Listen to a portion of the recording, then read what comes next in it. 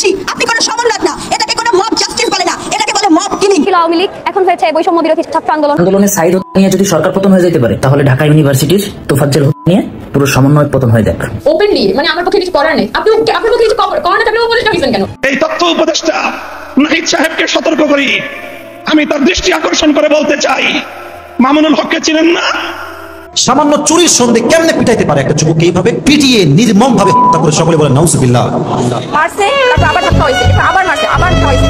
ঢাকা বিশ্ববিদ্যালয় যেটা হচ্ছে এটা অত্যন্ত মর্মান্তিক, অত্যন্ত দুঃখজনক, কিন্তু সত্যি যে আমাদের দেশের যে কোনো কোণায় যখনই কেউ চুরি করতে যেয়ে বা মানে চুরির সন্দেহে ধরা পড়ে, তার উপরে অমানসিক শারীরিক অত্যাচার হয়। ঢাকা বিশ্ববিদ্যালয়ে তোফাজ্জল হোসেনকে পিটিয়ে হত্যার ঘটনায় গ্রেপ্তারকৃত 6 শিক্ষার্থী আদালতে স্বীকারোক্তিমূলক জবানবন্দি দিচ্ছেন। নিশ্চয়ই এত বেপরোয়া হয়ে গেছিল পুরো ঘটনাটা, প্রশাসনকেও জিজ্ঞাসাবাদ করা উচিত, তাকে শাহবাগ থানায় নিয়ে আবার ওখানে ইন্টারোগেশন করা হয়েছে। আমাদের যেন নিরাপত্তাটা আরেকটু যেন বাড়ানো হয়। আর কোনো শিক্ষাঙ্গনে তোফাজ্জলদের মতো আর কোনো মানুষকে যেন এভাবে বিচার বহির্ভূত হত্যাকাণ্ডের শিকার হতে না হয়। সকল বিচার বহির্ভূত হত্যাকাণ্ডগুলোকে তদন্তপূর্বক প্রকৃত দোষীদের বিরুদ্ধে ব্যবস্থা গ্রহণের দাবি জানিয়ে। আসসালামু আলাইকুম দর্শক শ্রোতা, এখন আমি আপনাদেরকে 5টা ভিডিও ফুটেজ দেখাবো। দয়া করে 5টা ভিডিও ফুটেজই মনোযোগ সহকারে শেষ পর্যন্ত দেখবেন, শেষ পর্যন্ত না দেখে বাজে মন্তব্য করবেন না। দর্শক, মূল ভিডিওতে যাবার আগে আপনাদের কাছে আমার ছোট্ট একটি রিকোয়েস্ট, যদি আপনি চ্যানেলের নতুন দর্শক হয়ে থাকেন তাহলে অবশ্যই প্রত্যেক মুহূর্তের আপডেট পেতে আমার এই চ্যানেলটি সাবস্ক্রাইব করে রাখবেন। দর্শক চলেন তাহলে আমরা প্রথম ভিডিওটা দেখে নেই। আর কোন শিক্ষাঙ্গনে তোফাজ্জলদের মতো আর কোন মানুষকে যেন এভাবে বিচার বহির্ভূত হত্যাকাণ্ডের শিকার হতে না হয়। সকল বিচার বহির্ভূত হত্যাকাণ্ডগুলোকে তদন্তপূর্বক প্রকৃত দোষীদের বিরুদ্ধে ব্যবস্থা গ্রহণের দাবি জানিয়ে একটি সুন্দর সুশৃঙ্খল উপনিবেশহীন উপনিবেশবাদ মুক্ত স্বাধীন একটি স্বনির্ভর জাতি গঠনের জন্য যা যা করতে হয় তা করার জন্য আহ্বান এবং তার সহযোগিতার আহ্বান জানিয়ে আমি ঢাকা বিশ্ববিদ্যালয়ের এই প্রবেশদ্বারে দাঁড়িয়ে স্মরণ করতে চাই নবাব স্যার সলিমুল্লাহদেরকে, যাদের ত্যাগ এবং অনুদানের ভিত্তিতে প্রতিষ্ঠিত হয়েছিল এই ঢাকা বিশ্ববিদ্যালয়। ঢাকা বিশ্ববিদ্যালয় কর্তৃপক্ষের কাছে আমাদের দাবি থাকবে, আমরা আর আবেদন করছি না, এখন থেকে আমরা দাবি করছি, আপনারা আমাদের দাবিগুলোকে কিভাবে মূল্যায়ন করেন আগামী দিনে সেটা আমরা পর্যালোচনা করব। আমরাও মূল্যায়ন করে আগামীর পদক্ষেপ এবং আমাদের কর্মসূচি আমরা নির্ধারণ করব। আপনারা রবীন্দ্রনাথের গান গান, অথচ নবাব স্যার সলিমুল্লাহদেরকে আপনারা ভুলে যান। এই ধরনের আতেলগিরি বাংলাদেশে আগামী দিনে বরদাস্ত করা হবে না। আমরা অন্তর্বর্তীকালীন সরকারের কাছ থেকে তারা এদেশে ইসলামী শাসন ব্যবস্থা প্রতিষ্ঠা করবে এই ধরনের দিবাস্বপ্ন আমরা দেখি না। তবে আমরা স্পষ্ট ভাষায় বলতে চাই, আমরা ইসলামী রাষ্ট্র প্রতিষ্ঠার জন্য যে আন্দোলন, যে সংগ্রাম করছি, আমাদের পথে বাধা হয়ে দাঁড়াবার কোনো দুঃসাহস যেন আপনারা না দেখান। আমাদের কার্যক্রমকে ব্যাহত করে এমন কোন পদক্ষেপ আমরা বরদাস্ত করব না। ইসলামিক ফাউন্ডেশন সহ। দর্শক শ্রোতা চলেন তাহলে আমরা দ্বিতীয় ভিডিও ফুটেজটা দেখে নেই।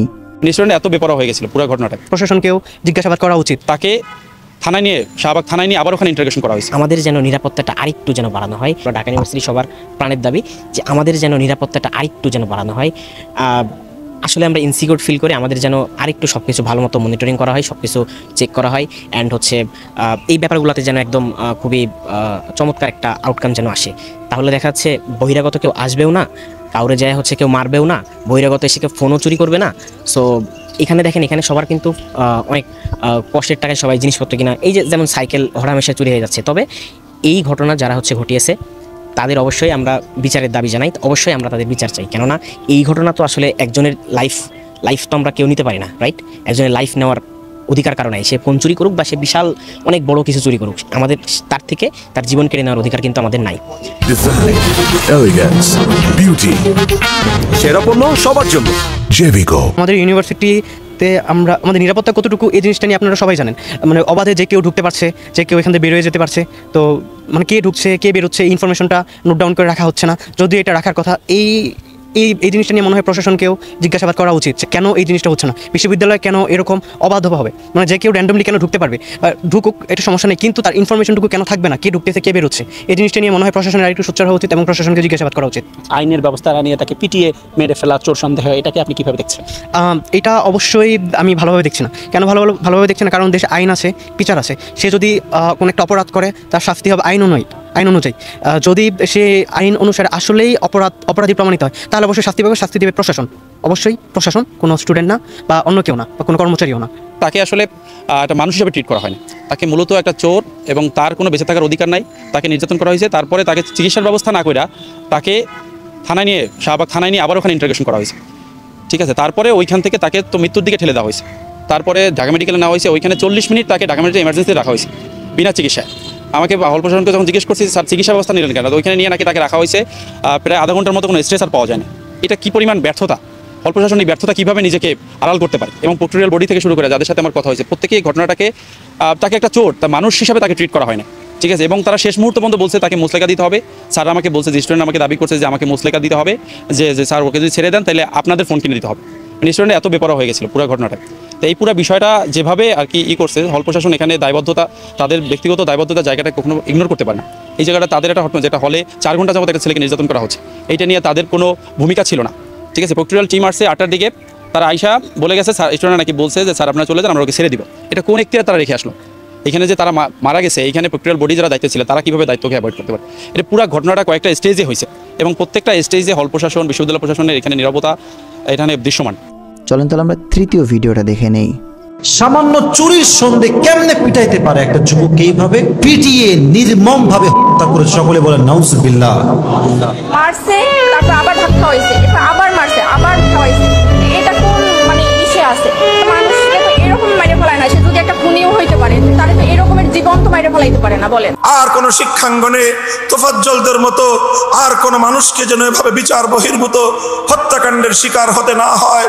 সকল বিচার বহির্ভূত হত্যাকাণ্ডগুলোকে তদন্তপূর্বক প্রকৃত দোষীদের বিরুদ্ধে ব্যবস্থা গ্রহণের দাবি জানিয়ে স্বাধীন একটি স্বনির্ভর জাতি গঠনের জন্য যা যা করতে হয় তা করার জন্য আহ্বান। চুরির বিধান তো হত্যা নয়।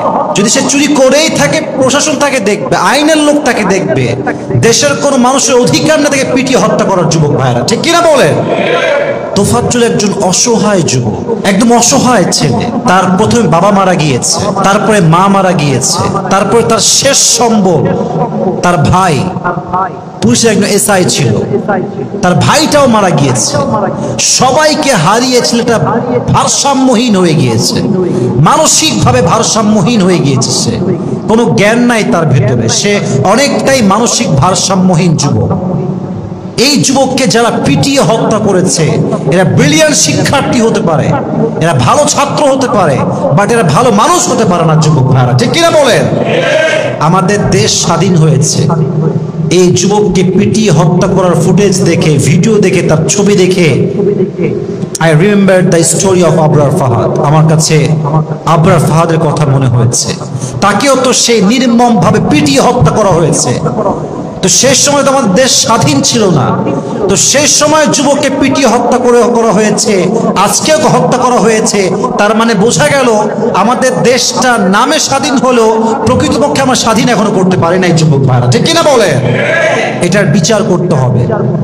যত এক্সট্রা জুডিশিয়াল কেস আমাদের দেশে হবে প্রত্যেকটা হত্যার বিচার আমরা করবই করব বলে সবাই ইনশাআল্লাহ। যদি এই হত্যার বিচার না হয়, যদি এটা সঠিক রায় না আসে, তবে দেশ স্বাধীন হওয়ার কোনোই মানে হতে পারে।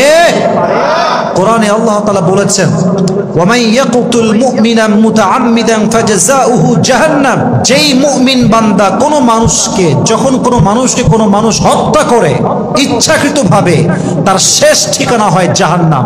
বলেছে একজন, তিনি কে? এবং নবীজি বলেছেন, হাদিসে আসছে, কিয়ামতের পূর্বে এত হত্যার সংখ্যা বেড়ে যাবে যে যাকে হত্যা করা হয়েছে সে জানবে না যে আমাকে কেন হত্যা করা হয়েছে, এবং যে হত্যা করবে সেও জানবে না যে আমি কেন হত্যা করছি। The same thing happened in this case. যারা মেরেছে তাকে বলা হচ্ছে আপনি কেন মারলেন? সে বলছে ভাই আমি আবেগের বশে মেরে ফেলেছি। তার মানে বোঝা গেল যেই শিক্ষা আমাকে মানবতার শিক্ষা দিতে পারে নাই, যেই শিক্ষা আমার মাঝে ন্যূনতম মনুষ্যত্ববোধ তৈরি করতে পারে নাই, সেই শিক্ষা দিয়ে আমি কখনোই আল্লাহর প্রিয় বান্দা হতে পারবো না যুবক ভাইরা, ঠিক কিনা বলেন? আমার কথা একটা, এই দেশে কোনো বিচার বহির্ভূত হত্যা আমরা মানতে পারবো না।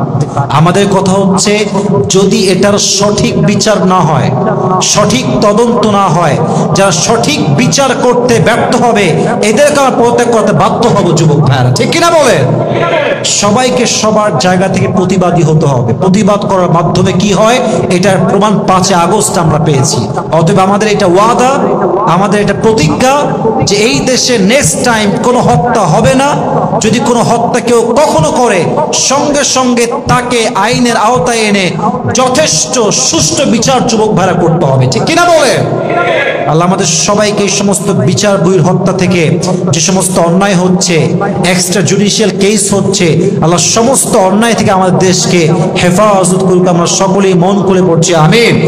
এই এক্সট্রা জুডিশিয়াল কেস যত বাংলাদেশে আছে, সমস্ত কেসের যেন সুষ্ঠু বিচার হয়, তদন্ত হয়, আল্লাহ সেই তৌফিক দান করুক। সকলেই পড়ছি আমিন। প্রিয় দর্শক, চলেন তাহলে আমরা চতুর্থ ভিডিওটা দেখে নেই। এই তথ্য উপদেষ্টা নাহিদ সাহেবকে সতর্ক করি, আমি তার দৃষ্টি আকর্ষণ করে বলতে চাই, মামুনুল হককে চিনেন না?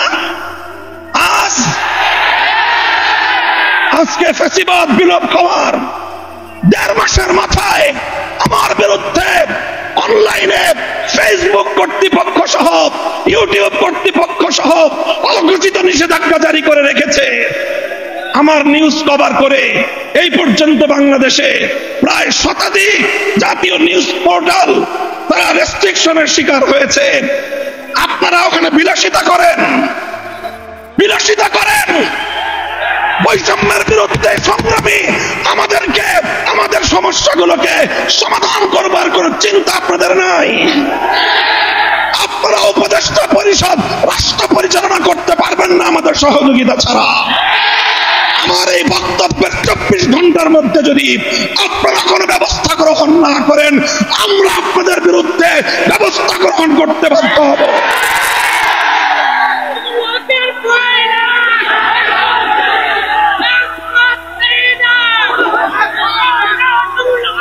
সংগ্রামী সাথী ও বন্ধুগণ, আমরা পরিষ্কার ভাষায় বলি, আন্দোলনে ছিলাম আমরা, সংগ্রামে ছিলাম আমরা, রক্ত দিয়েছি আমরা, কারারুদ্ধ হয়েছি আমরা, অন্যায় অপমানের শিকার হয়েছি আমরা, ষড়যন্ত্রের শিকার হয়েছি আমরা, যুদ্ধ করে বিজয়ের রণাঙ্গনেও ছিলাম আমরা। এখন সম্মিলিতভাবে এই রাষ্ট্রটাকে এগিয়ে নেওয়ার দায়িত্ব আমাদের। আমরা সহযোগিতা করতে চাই, গায়ে পড়ে সহযোগিতা করতে চাই। আমাদের গায়ে পড়ে সহযোগিতা যদি পায়ে ঠেলতে চান, সে পা ভেঙে গুড়িয়ে দিতে 1 মুহূর্ত আমরা বিলম্ব করব না। আল্লাহ পাক রব্বুল আলামিন এই বাংলাদেশকে একটি সুন্দর, সমৃদ্ধশালী একটি বাংলাদেশ হিসেবে এগিয়ে নেওয়ার তৌফিক দান করুন। আমরা পরিষ্কার ভাষায় বলি, আমরা ইসলামী রাজনীতি করি। এদেশে খেলাফত রাষ্ট্র ব্যবস্থা প্রতিষ্ঠার জন্য আমাদের জীবন যৌবনকে আমরা উৎসর্গ করতে চাই। আপনারা কে কি রাজনীতি করবেন আপনাদের বিষয়। আমরা আমাদের আদর্শ আপনাদের উপর জোর করে চাপিয়ে দিতে চাই না, কিন্তু আমাদের রাজনীতির প্রতি যদি কেউ বৈষম্যমূলক দৃষ্টিভঙ্গি নিয়ে তাকাবার চেষ্টা করেন, চোখ উপড়ে ফেলবো। আমরা কারো করুণা চাই না, অধিকার চাই। ভিক্ষা চাই না, আমরা অধিকার চাই। অধিকার যদি সহজে না দেয়, অধিকার আদায় করে নিতে পারি আমরা। রক্তের প্রয়োজন হলে রক্ত দেই, অধিকার আমরা আদায় করে নেই। আমাদের এই কথাগুলো, আমাদের অবস্থান এবং আমাদের এই বাংলাদেশের গণমানুষের সঙ্গে আমাদের রিলেশনটাকে নতুন করে পড়ে নেবেন। দর্শক শ্রোতা, চলেন আমরা তাহলে আজকের শেষ ভিডিওটা দেখে নেই। ঢাকা বিশ্ববিদ্যালয়ে তোফাজ্জল হোসেনকে পিটিয়ে হত্যার ঘটনায় গ্রেপ্তারকৃত 6 শিক্ষার্থী আদালতে স্বীকারোক্তিমূলক জবানবন্দি দিচ্ছেন। এই মুহূর্তে সিএমএম আদালতে আছেন আমাদের সহকর্মী সম্রাট আনোয়ার, সরাসরি যুক্ত হচ্ছে তার সঙ্গে। সম্রাট, নিশ্চয়ই শুনতে পাচ্ছেন আমাকে? আমরা ইতিমধ্যে জেনেছি যে আসামিদের আদালতে, শিক্ষার্থীদের আদালতে তোলা হয়েছে এবং তারা জবানবন্দি দিচ্ছেন। তো এই বিষয়ে শেষ কি খবর আছে আপনাদের কাছে? ধন্যবাদ উমি। এখানে কিছুক্ষণ আগেই তাদের এই জবানবন্দির কার্যক্রম শেষ হয়েছে এবং এখান থেকে তাদের সিএমএম কোর্ট থেকে পার্শ্ববর্তী যেখানে রাখা হয় আসামিদের, সেই জায়গায় এখানে নিয়ে আসা হচ্ছে। আপনি জানেন যে এর আগে দুপুর 1টার দিকে তাদেরকে সিএমএম কোর্টে নিয়ে আসা হয় এবং তাদের যে রিমান্ডের আবেদন চাওয়া হয়েছিল, কিন্তু সেখানে তারা, এখানে আইনজীবী এবং যারা তদন্তকারী কর্মকর্তা তারাও কিন্তু জানিয়েছেন যে তাদের যে 6 জন আসামি তারা আসলে এখানে জবানবন্দি দিতে চান এবং তারই পরিপ্রেক্ষিতে যে আবেদন করে এবং সেই আবেদনের পরিপ্রেক্ষিতে আমরা দেখেছি যে তাদেরকে এখানে জবানবন্দি করা হয়েছে। আসলে এই যে সামগ্রিক যে বিষয়টি, সেই বিষয়ে আমরা এখন একটু সরাসরি জানতে চাইবো। এখানে আমাদের সাথে একজন আইনজীবী আছেন, আমানুর করিম লিটন, তার সঙ্গে আমরা একটু কথা বলি, তার কাছ থেকে আসলে বিষয়টি জানি। আজকে যে এখানে যে আসলো এবং জবানবন্দির যে বিষয়টা সামগ্রিকভাবে আমাদেরকে একটু জানাবেন। জি, দেখেন, আপনারা সবাই দেখেছেন যে ঢাকা বিশ্ববিদ্যালয়ের যে ছাত্র, তারা এই ছাত্ররা তোফাজ্জল নামে একটা ছেলেকে, যে পাগল পুরা মানসিকভাবে বিধ্বস্ত, এবং সেই ছেলেটাকে তারা দীর্ঘক্ষণ ধরে পিটিয়ে তারপরে সেই ছেলেটাকে নির্মমভাবে মধ্যযুগীয় বর্বরতার মাধ্যমে তাকে হত্যা করা হয়। এবং তারা ঢাকা বিশ্ববিদ্যালয়ের ছাত্র, অর্থাৎ আমরা ধরে নেই যে এশিয়ার সর্বশ্রেষ্ঠ বিদ্যাপীঠ যে ঢাকা বিশ্ববিদ্যালয়, সেখানে তারা লেখাপড়া করার সুযোগ পেয়েছে। এবং এই সুযোগ পেয়ে তারা কি শিখলো আমরা সেটা বুঝতে পারছি না। এই যে ছেলেটাকে, সে নিজে বলছে যে সে পাগল, তার ভারসাম্যহীন কথাবার্তা, সেটাতে বোঝা যায় যে সে পাগল, এবং তার কাছ থেকে তাকে মোবাইল চোর বলা হচ্ছে। এলো ভিশন মুশকিল আসান অফার। যে কোনো ব্র্যান্ডের পুরনো ফ্রিজ নিয়ে চলে আসুন ভিশন শোরুমে আর নিয়ে যান নতুন ভিশন ফ্রিজ 20% পর্যন্ত ছাড়। তার কাছ থেকে কোনো মোবাইল উদ্ধার হয়নি, বরঞ্চ এই ছাত্ররা তার পরিবারের কাছে 2,35,000 টাকা চাঁদা দাবি করে, অন্যথায় তাকে মেরে ফেলা হবে। আজকে এখানে কি হলো, এখানের বিষয়গুলো একটু জানাবেন। জি, আজকে এখানে যে 6 জন শিক্ষার্থী যাদেরকে আদালতে নিয়ে আসা হয়েছিল, আদালতে এই ম্যাজিস্ট্রেট সাহেব ছিলেন সাদ্দাম সাহেব, একজন বিচক্ষণ ম্যাজিস্ট্রেট। ইনি দীর্ঘক্ষণ ধরে তাদেরকে পরীক্ষা করেন এবং পরীক্ষা করে তাদের কাছ থেকে স্বীকারোক্তিমূলক জবানবন্দি আদায় করেন। সেই 164 ধারা জবানবন্দিতে এই 6 জন শিক্ষার্থী যারা অ্যারেস্ট হয়েছে আজকে, তারা সবাই স্বীকার করে যে এই ঘটনার সাথে তারা, এই নির্মম ঘটনার সাথে তারা জড়িত। জাতি দেখেছে, গতকাল আপনারা টেলিভিশনে দেখেছেন যে কি নির্মমভাবে এই পাগল ছেলেটাকে পিটিয়ে মারা হয়েছে। আমরা এখনো বুঝি না যে এই সভ্য সমাজে মানুষ কিভাবে আরেকটা মানুষ কিভাবে পিটিয়ে মারে। আমরা আশ্চর্য হয়ে যাই, আমরা কেঁদেছি এটা দেখে, আমরা দুঃখ ভারাক্রান্ত হৃদয়ে টিভিতে দেখেছি। এবং সেই ছাত্ররা আজকে, যারা ঢাকা বিশ্ববিদ্যালয় সবচেয়ে নামকরা বিশ্ববিদ্যালয়, সেখানকার ছাত্ররা আজকে তারা স্বীকারোক্তি দিয়েছে যে তারা এই ঘটনার সাথে জড়িত, তারা মেরেছে, তারা স্ট্যাম্প দিয়ে, তারা হকি স্টিক দিয়ে, তারা বিভিন্নভাবে এই ছাত্রটাকে লাঠি দিয়ে মেরেছে। মারার পর একসময় ছেলেটা মারা গেছে এবং তাকে খাবার দিয়েছে, খাবার দিয়ে বলছে তুমি যতক্ষণ খাইতে পারবা ততক্ষণ তুমি বেঁচে থাকবা। সবকিছুই কি তারা স্বীকার করে? এই সবকিছু তারা স্বীকার করেছে, সে অকপটে স্বীকার করেছে। তারা বলছে তাদের ভুল হয়েছে। অসংখ্য ধন্যবাদ।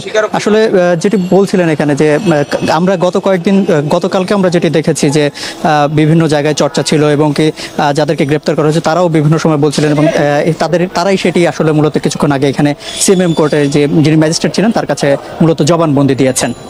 তো প্রিয় দর্শক, আজকের ভিডিও পর্যন্তই ছিল। দেখা হচ্ছে পরবর্তী কোনো আপডেট ভিডিওতে। সে পর্যন্ত সুস্থ থাকবেন, ভালো থাকবেন, আমার জন্য দোয়া করবেন। আসসালামু আলাইকুম রহমতুল্লাহি তাআলা ওয়া বারাকাতুহু।